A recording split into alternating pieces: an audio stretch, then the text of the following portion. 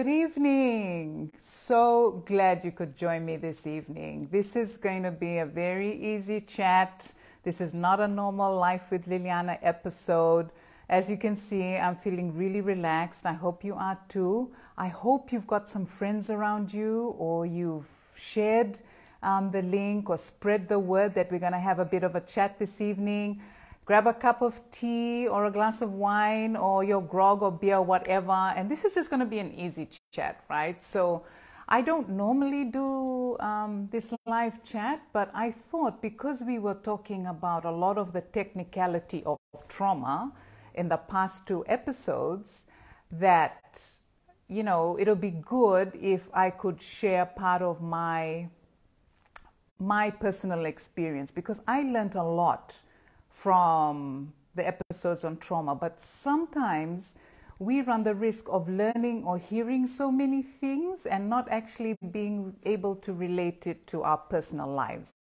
And then if we can't do that, then that knowledge just becomes a waste. So you still have time to share the link. I won't take hours this evening. I know you all got things to get back to.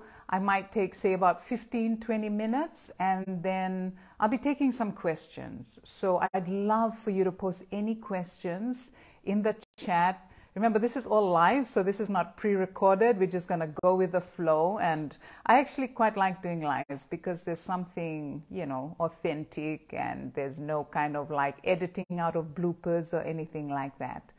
So this is what I thought we'd do. We'd just step through. I'm going to bring back again the definition of trauma, so we're all on the same page. And this is, if you haven't watched already, we have had 2 episodes already talking about what trauma is, how to identify it, but most importantly, how we can heal from it. And the reason why I felt it was important to bring this up is because a lot of the spaces that I've been in, me on my public page, Liliana Pareti Warid. If you are not, please go there. We've been spending a lot of time with the sex worker community and other communities in different areas, and I've been learning so much. They have taught me so much.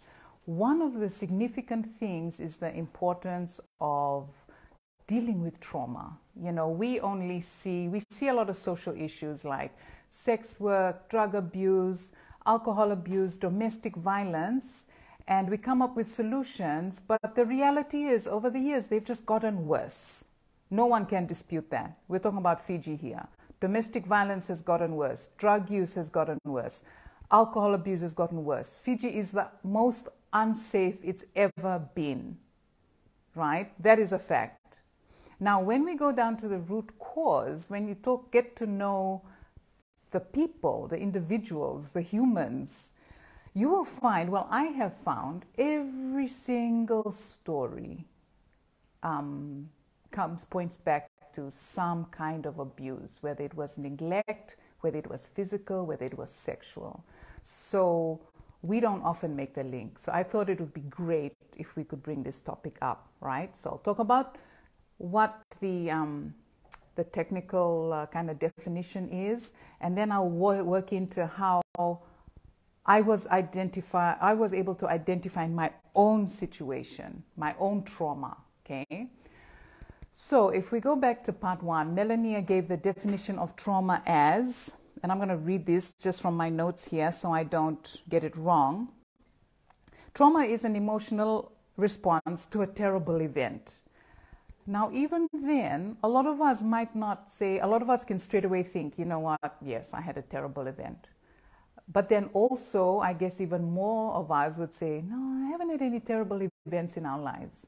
But what I've learned is we all have had events that are not ideal, that cause trauma. And I'm going to talk a bit about, you know, how I've seen that in my own life. Now, Melania also spoke about the signs that you've been through a traumatic experience. And so I was listening to her and trying to think about whether I displayed any of those signs. Now, there were 3. I'm putting, hello, this is not 3, this is 5. So there were 3. One was the fact that you have flashbacks. You get flashbacks of that particular event, right? Maybe it was a car accident, or maybe you were abused, or maybe like somebody spoke to you harshly, or whatever it was. And these thoughts, the flashbacks, come uninvited. So it's terrible experience, and then it's intrusive. It just comes into your mind. That's one way of identifying that you had trauma. The second one is that it affects your ability to function. And this all sounded really extreme to me. I don't recall ever anything affecting my ability to function.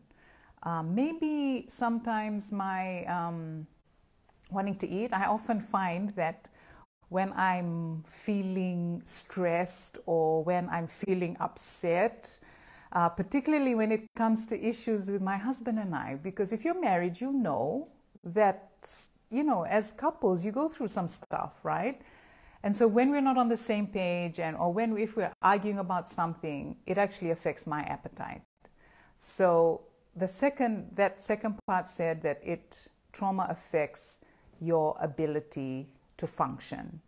Now, extreme cases would be like you cannot get out of bed, maybe you're a homemaker, you at home caring for the kids and your household, feel like you can't get out of bed, or even if you're working, maybe you're taking additional sick leave because you just don't feel it. Milnia also talked about that, of course, leads into depression, and those that suffer from depression might find that sometimes.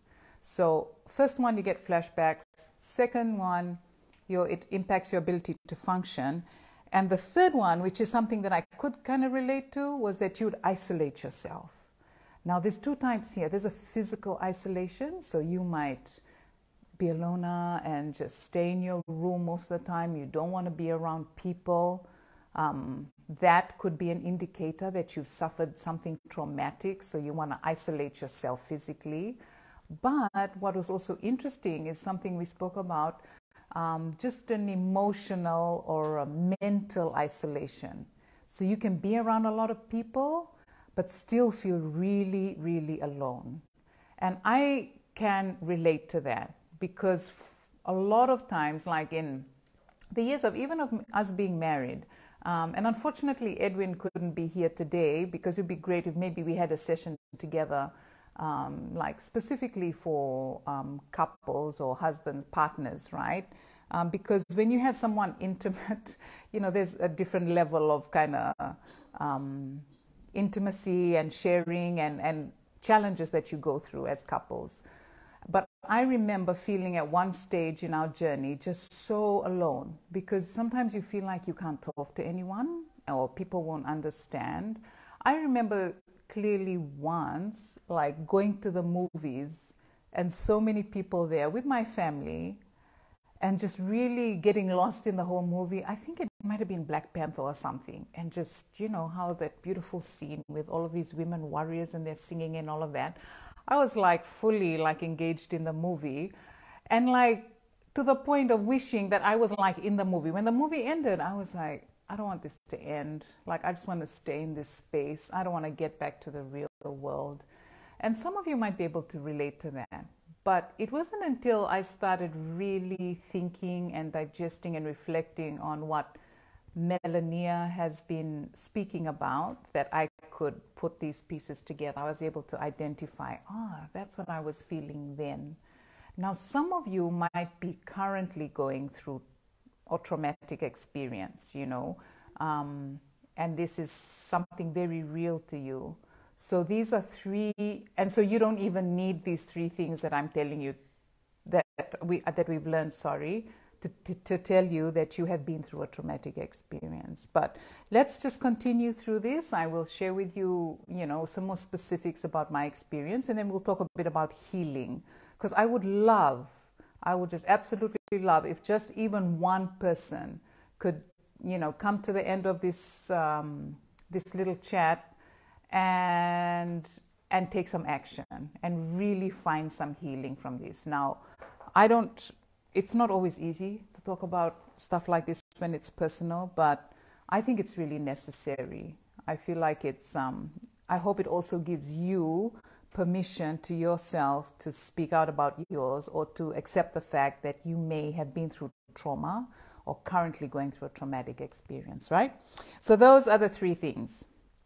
Intrusive flashbacks affects your ability to function and isolate. So if experiencing any of those things, that might indicate that you have experienced trauma or are currently going through trauma. Now, what happens if we do not address our trauma? So again, I mentioned early on that a lot of the issues that we are seeing do actually have a root in trauma. So they manifest. And think about this example that we spoke about. Think about your trauma being a sore or an injury, right? So you get an injury, and just say it's on your arm, and you don't treat it. So of course it'll get infected, right? You don't put any medicine, don't get any antibiotics. Excuse me. Some of us have had that experience already, but the longer you leave it, the worse it gets. It'll get more and more infested, and it will even go into your bloodstream, and then you could get sepsis. You know, some people are able to clearly see how my behaviors indicated that I had been through some trauma. Because, you know, when you leave your sore, it gets extremely painful, and it might also start to smell. And so when that happens, and then it looks ugly, right? So when that starts to happen, it starts to become less about only your problem, but those around you. People around you will smell it. And this is exactly what happens. It'll manifest in your behavior. It starts to affect people around you. So in my case, and this is now where I want to bring in some of my personal experiences, right? There's a couple that I have from childhood. Interestingly, a lot of stories that I've heard is unresolved childhood trauma. And I think sometimes we just think that, okay, that's what happened to me when I was younger. You know, I'm older now, I'm in my 30s or 40s or whatever. You know, no need to worry about that. But we don't realize how our behaviors are impacted because of that. Now, one of the things, and I hope this will bring it to life for you, one of the things that I had a big problem with years ago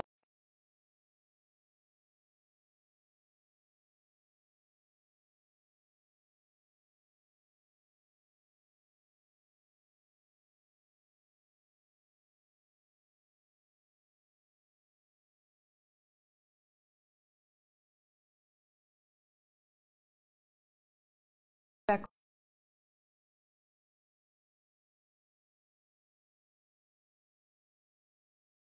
I look back in my childhood, there was a lot of times when we were compared to others, to other children, to our friends, to our cousins who are doing better. You know, our parents do it, our grandparents do it. You know, they'll say, oh, redi lubi ka, redi koe naka, koe this, and all of that. You know, and then without realizing as children, we always kind of end up, you know, striving to be something. And then what happened in me, I started to resent other people who were doing better or doing good in my eyes. So the way I responded was talking about them. Oh, so did you hear about so and so? And that's just me projecting my own problem that I had. And I think that's an important one, and like especially for women, because we do that so much. The root of your trauma, the reason why you're doing it might be different, but I wanted to bring that up because look at how something that's seemingly, what's the word? Seemingly innocent, I guess, or something that you never thought it impact you. But remember, as young kids, we often grow up around our aunts and, you know, older cousins, and everyone's always talking about everybody. It doesn't bring life to them. It doesn't help you in any way. If anything, you go back feeling even more aware that you are so different from someone and they are doing so much better than you in your eyes. And so that is one example that I wanted to show. That is how one way in which that trauma manifested. Very simple, but I wanted to use it because sometimes when you say trauma, we're thinking of big things that may be life-threatening, which could be, but here's a very easy example that I hope you can relate to. So that was from that environment. And also as parents, what that has taught me is to be very careful when I'm speaking to my children. And I'm sure there's a lot of us that sometimes do it. We look at our friend's child and then we say, man, did you see Sikeli? Didn't you see he's doing this? He's got his own business. What about you? You went and studied this. You haven't even done anything. That sort of thing. Be very careful the words that we're releasing to our children. We use in our home, we try and remind ourselves by saying our words need to build and not bind. And so we always encourage ourselves, remind ourselves. Edwin and I sometimes catch each other not doing it. Remember, we're not perfect, so we often say things to our children that we shouldn't. But we try and teach ourselves and our children, before you say something, think about, is this comment going to build or bind that person? If you're going to give feedback, do it in a way that builds them and not to bind them or keep them, bound under something that's going to traumatize them, essentially. Now, the second thing to do with my childhood that I have seen manifest in my adult life has got to do with violence that I saw or in my own home. So I spoke about this in one of my stories, right? And again, it's something that's not uncommon. So I feel like this is an important thing to mention. So when I grew up, there was a lot of instability in the home. And please, you can go onto the YouTube channel to see, some details of why that was the case. But as a young child, I would have been, when that first started, I reckon I would have been in primary school, so maybe like 10, 11. And I'm the eldest of 4. So I have 3 younger brothers. Now, what I used to do when that happened, yes, it's scary. As a young child, for those of you who've been through it is scary hearing adults' voices or hearing them shout, hearing them swear at each other, hearing things break and, doors slamming and you don't know what's happening. As a child, you're thinking the worst, oh my goodness, there's, somebody's going to die. But I didn't spend a lot of time sitting in my own fear, I guess, of what was happening because I was so conscious of my younger brothers. So I would often take them to a room and just, sit with them and just try and say things so that, they wouldn't hear or they wouldn't be scared. And, I still remember those days and they just, I sometimes get so emotional just thinking about it. But what that ended up doing to me was that I always tried to make sure that things were peaceful in the home. At that young age, I tried to make sure my mom and dad were always happy so that they wouldn't fight, so that I did not have to go through that and protect the younger ones. And I'm sure they've got their own trauma from that, but that was my role, kind of like the in-between of keeping everything peaceful.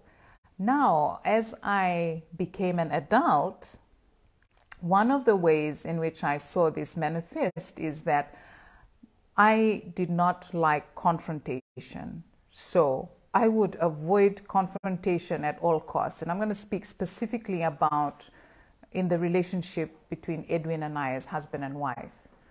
Because of that, I tried to do things so that we wouldn't fight, even if it was things that I didn't really believe in, or I was, kind of like, oh, I want to do this. I'm going to make him a nice dinner and I'm going to do this, so he won't get angry at this and so we won't fight. And, it seemed to be working to me, and that was the only way I knew how to keep the peace. But what that was doing to me was that I had so many unresolved things that I should have confronted that I didn't. And, sadly, in our own marriage, that caused a lot of disruption. And this would have easily been within the last 5 years, you know. And this is important to mention because this is not something that we only go through when you first get married. You know, at the time that we were going through this, Edwin and I were heavily committed to the church. We were part of church leadership, and we were struggling through some of these things. And so I really want to release some of you who feel like, you know, you've been married for a long time, you're elders in the church or the community. That doesn't mean we don't go through anything. And that doesn't mean we don't have to deal with trauma that we've been through. So that caused a lot of stress in our own marriage. And because I was suppressing that, I turned to other things, right? So in my marriage with Edwin, we were fortunate that we were in the church, so that was a very safe space. As you know, I've been previously married, and it was a similar thing, but at that time, I wasn't alongside Jesus as much as I am now. So the way I dealt with that is with alcohol, with partying, there was substance abuse, and all of that messy stuff. And of course, as you know, for those of you who have opted to take that path in your journey, that brings trauma itself. And so that created more things. So you see there how when you look at something like substance abuse, whether it's drugs or alcohol, quite often, even if it's yangona, quite often we don't go back to the root of why we are taking so much of it. There's always a root. There's always a root when we abuse anything, when we overdo anything. Even if it's something like being, what do you call it? Like if you clean so much and everything has to be in its place and you cannot one cushion to the left, you know, everything has to be perfectly aligned. Something is not right. And then if it is, and then you're ready to kill one of your children or your spouse, something is wrong somewhere, right? So I hope that helps you. So that is some behaviors that I was displaying: gossiping and the inability or the refusal to confront things because of trauma that I had been through as a child. So one of them, the gossiping, is trauma that I feel like I experienced firsthand because it was said to me. I was made to feel like I wasn't as good as other children. And this is not all the time. Please don't think that my parents and my aunts and whatever are terrible, but you know, now and then, and it kind of just builds and builds and builds. And then the other one is secondary trauma. So Melanie spoke about secondary trauma. Remember, it's not only that things have happened to you. Sometimes you might be an observer, and particularly when it comes to parents, where there's violence in the home, okay, or to somebody you know, you might have been watching, you can also be traumatized from that. And that's called secondary trauma. So it both has a really negative impact on you. Now, speaking about secondary trauma, okay, I wanted to mention this because I have seen also, now those are childhood experiences, right? And then I'm thinking about, okay, what have I actually learned from that as a parent? What have I learned from that as a parent? Am I imposing the same things on my children? And I think this is an even more sad thing, if you like, because we go through it and then without realizing it, we display these behaviors or these actions that put our children through similar things. And so we're creating a whole nother generation of us, really. But we are just not aware and we're not conscious of it. We're so caught up in our own trauma, and dealing with our own behaviors. So something happened recently in recent years, and you know, Edwin and I were going through this season of just trying to work through some challenges that we had.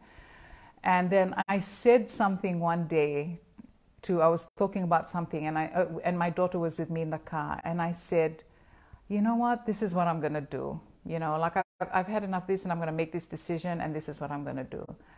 And she said to me, all of this time, I did not even bother to ask how the children were feeling in this environment because it was very quickly becoming toxic. And just Edwin and I, our inability to deal with, some of the challenges we were going through.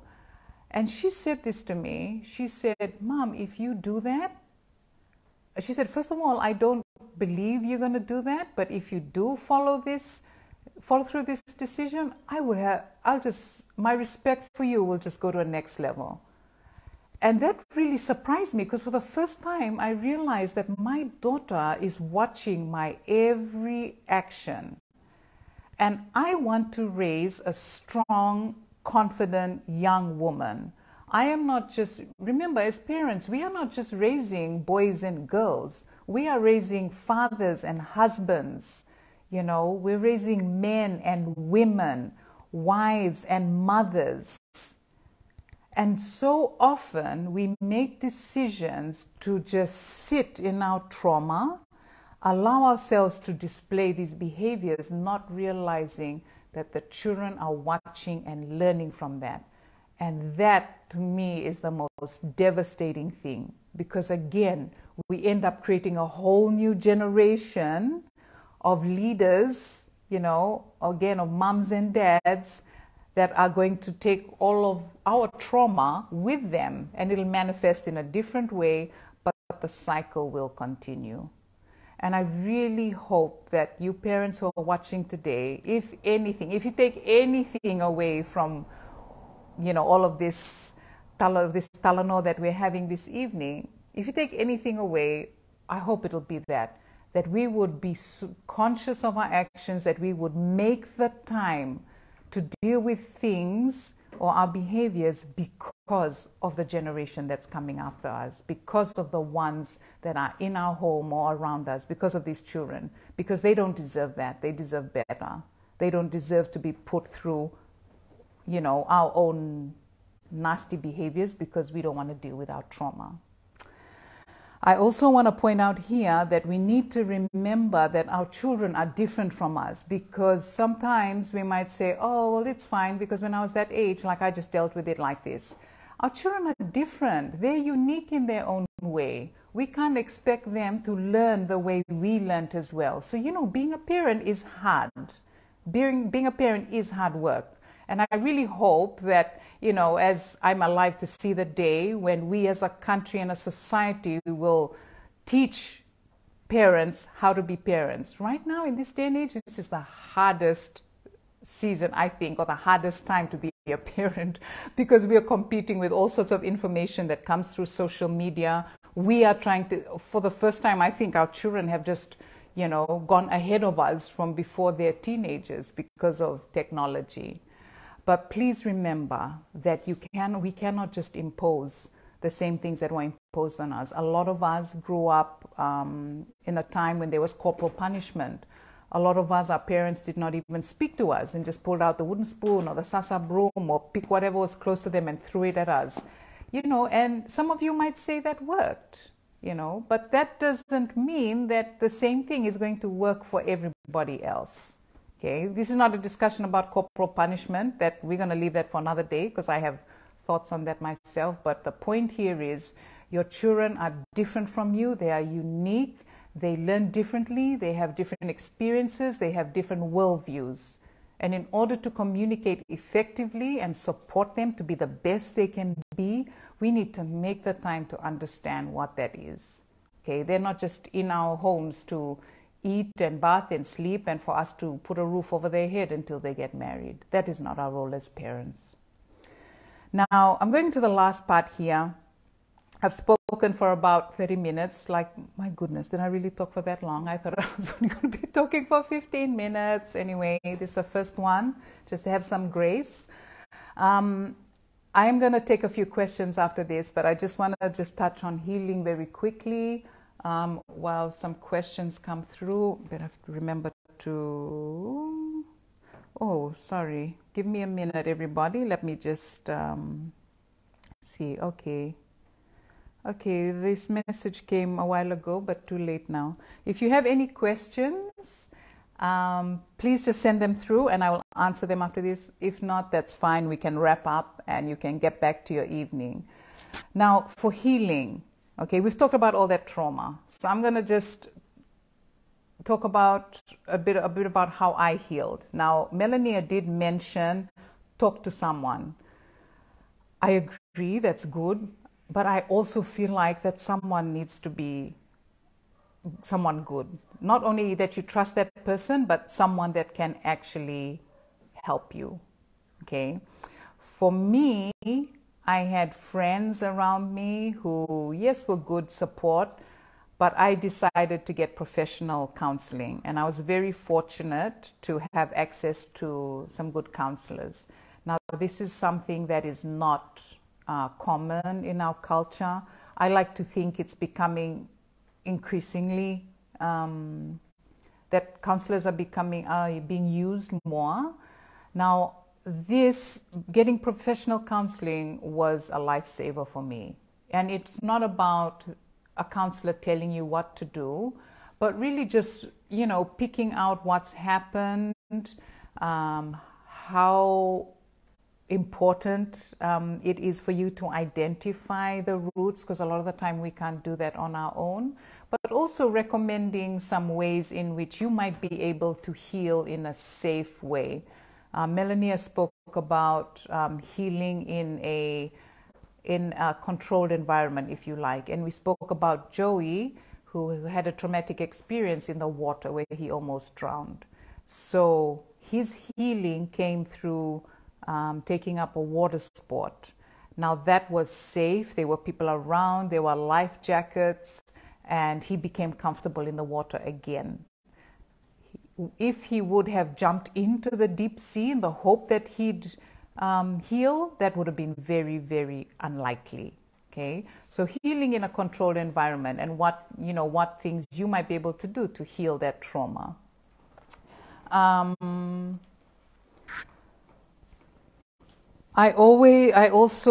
me, another thing I learned was the importance of the personal responsibility that I have. I realized, and Melanie mentioned this as well, that it's our responsibility to heal. Like, we can't help what happened to us, and we can't take responsibility for other people's actions.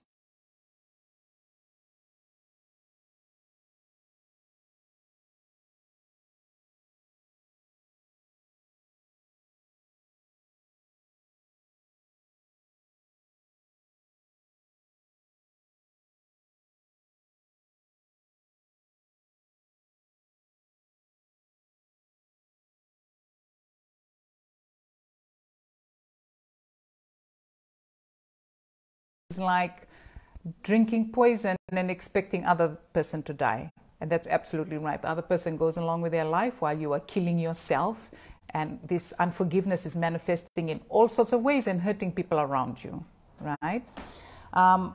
The key thing where I found that I've been able to, the key area that has helped me in healing is really my relationship with God. It has transformed from when I was a young girl, in school, reciting Bible verses, going to Swiss camps, the annual Christian camps, to now being a mid-40s, a mother, a church leader, serving in the church, professional, and all of that. My relationship with God has really been the anchor in all of this. And when people ask me, I am not speaking about this in a religious way, but this is the reality of my healing story. And I always encourage people to develop that relationship with God, because I have tried everything. I've read all sorts of books. I've been to counseling for many, many years. And yes, they have been helpful, but the true, real, lasting healing and freedom that I got has been through my relationship with God.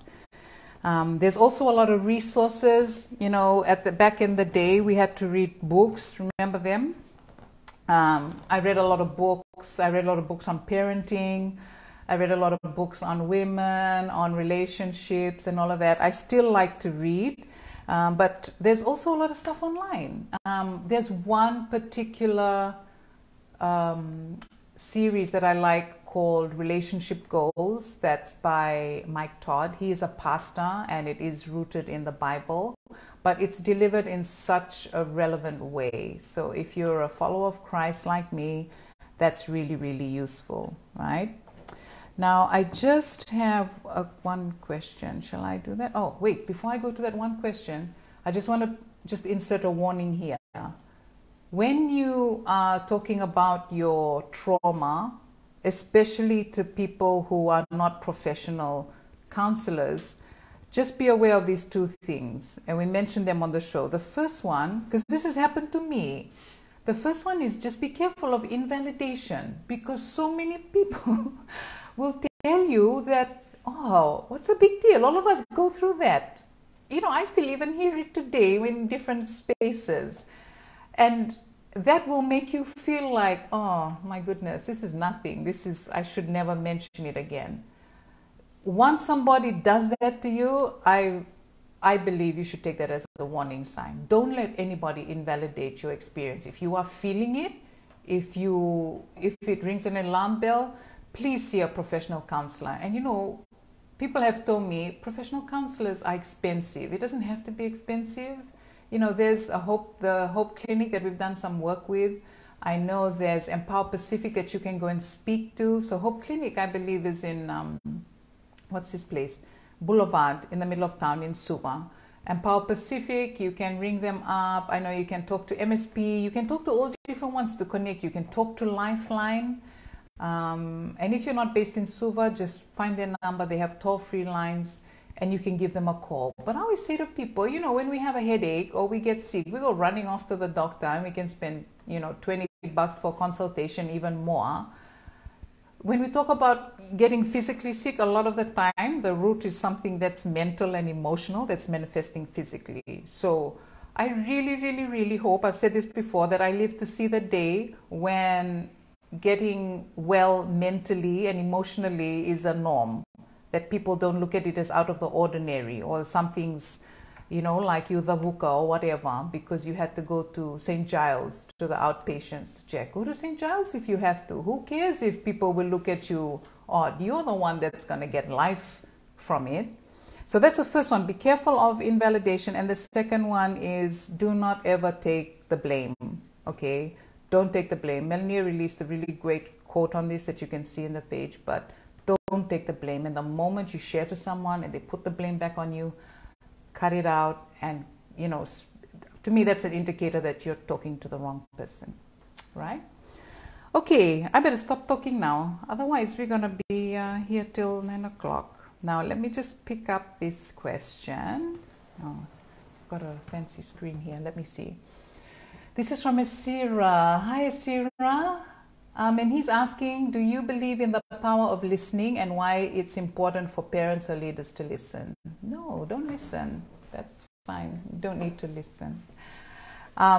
Yes, Asira, you know I'll say yes to this question. The reason why I think it's important is because unless we listen, we won't learn. You know, we will not learn. And you might have heard this before. A lot of the time when we are not listening, we are hearing. Or like we're listening, or we are like listening to somebody trying to work out what our response is going to be. That is not the same as listening. You know who is the best listener I found is Melania, my daughter. Sorry, I keep on talking about this magnificent girl. But just her ability to be quiet and listen. And there's two things here. We not only learn, but we give people the space to just talk. Sometimes they just need to talk. They don't even need you to come up with solutions. I found that. I used to stress myself out thinking what my response would be. Oh my goodness, this person is going to expect me to give an answer. But that's not the case. So if you are a leader, you know, even a friend, try and refrain from, you know, from first of all butting in where they're talking. But I think it's a skill that we actually have to learn. It doesn't always come naturally. Okay, so yes, absolutely, learning is is a very, very important part of being a leader or a friend, or a human being actually. So yes to listening. Now I'm ready to wrap up this chat. I think I just have one more question. If you are watching this later and not live, please feel free to put your questions in the chat. What I can do is just to, rather than writing, I can just like answer questions quickly and throw them up on the page. But we're going to have one more question before we finish off. And this is from Salome Lebula. Thank you, Salome. What are your views about the transitioning of adults today to becoming grandfathers and grandmothers and their children becoming parents? Haven't finished. Does the neighborhood violence happening today demonstrate the deteriorating standard of care from elders? Okay, there's two separate parts here. Let me just... So transitioning of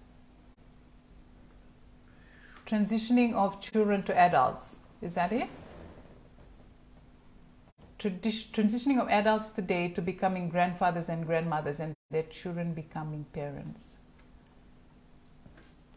And the violence demonstrate deteriorating standard of care from elders. Okay, I'm just going to answer this the way I feel like I understand it. So the transitioning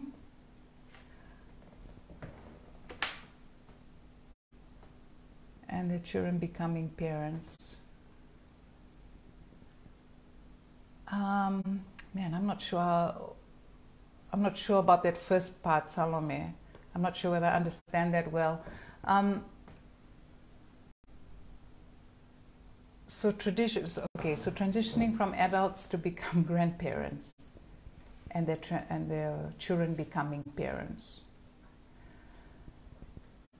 So let me just answer the second one because that's clearer for me, right? So the violence and the deterioration of the elders, the teaching. So if we go back to the social issues that we talked about earlier, including violence, right?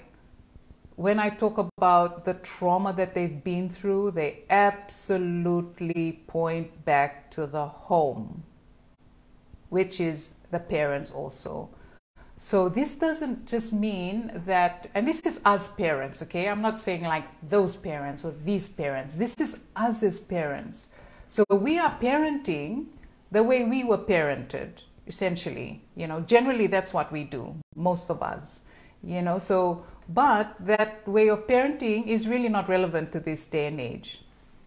Now, I don't believe that any child who is brought up in a safe, secure home with good teaching will end up being violent on the street. I really don't. I haven't seen any case of that. And this doesn't mean that it has to be a broken family. Sometimes you have parents who have been married for like 50 plus years and you still have children that are displaying these kind of behaviors. So that's why I mentioned earlier is that it would be great if we could have some sort of guidance, like even as a country. In my head I was imagining this an NGO of sorts or some kind of organization that would equip parents. So like when they're in school, like in the curriculum, like popping it in there in different places, the role of parents, blah, blah, blah, in a way that's age appropriate, of course. Maybe it can come under values or family or health, maybe. But especially when you get older, when you go for prenatal, that's a good opportunity to talk about the role of parents, because we have to understand that not everybody will grow up, that's a reality, in a home that will give those kind of teachings. I also believe that premarital counseling should be compulsory in this country. I believe that. I don't think we should be given a choice. I believe people should go in with their eyes wide open and knowing what to expect. I also believe that this should be made available to those who are already married. We do have a lot of premarital counseling through the church. But one thing that I have found is that when you actually get married, like that's a whole another world. I don't know whether everything in premarital counseling prepares you for actually being married and journeying through the different seasons. Because remember, you have children, and then children are young and they require parenting one way. And then they become teenagers, and then they become adults. And so seasons, and then we need to adjust as parents, right? So I believe that there's a lot of support that we can provide parents, and not just assume that, they'll find it from wherever. And I hope maybe in some way that might answer the first part as well, because that talks about the transitioning, like from child to adult, parent to grandparent. So yeah, good question. I love that. I wish you guys were in the same room as me so we can, I know, then we'll be here till midnight. Right, one more question, again from Salome. Thank you, Salome. Oh, did I not answer it, the bottom one? Sorry, the question's being held up, but my eyes are like a bit aged, so I can't really see. Okay, so neighborhood violence, yes. So I kind of answered that one already. So yes, I believe so. I believe so, because I don't believe that if we are parenting well, that we will be breeding violent children. I really don't. And I know, that could cause some other views, but that is my view. Yeah. I think that's all for tonight. We went a little bit longer, and this is fine. So it's almost an hour. Please share this. Please send us any feedback if you think it can be done differently, if you think it was useful or not. But we thought that we will continue to have these live sessions in and out, just so that we can chat, right? And like I said just before this, we're learning a whole lot of stuff, and also understanding our responsibility as parents, what we can do in the home, but also importantly, what we can do nationally. Okay, there's a big need, I believe, for more support and encouragement in getting help mentally, mental wellness, rehabilitation. Oh my goodness, this is a subject I can go on for hours about. Rehabilitation for those who have fallen into substance abuse. Because remember, you're dealing with trauma, you're abusing substances, and then you get addicted. And what do you have here in this country? Nothing to help you out of it. And I know this because I have looked for them for friends. So it's exciting that we are going to have the opportunity to speak up more about this, because we are in the season of elections. But these are some key things that we need to think about, because yes, it's our responsibility to heal, but if we do not have the facilities, then we can't do that, okay? So I will leave you. You have a great evening and enjoy the rest of your weekend. Thank you for taking time to sit with me and let me share a little bit of my story with you. I will see you again next week for a brand new episode.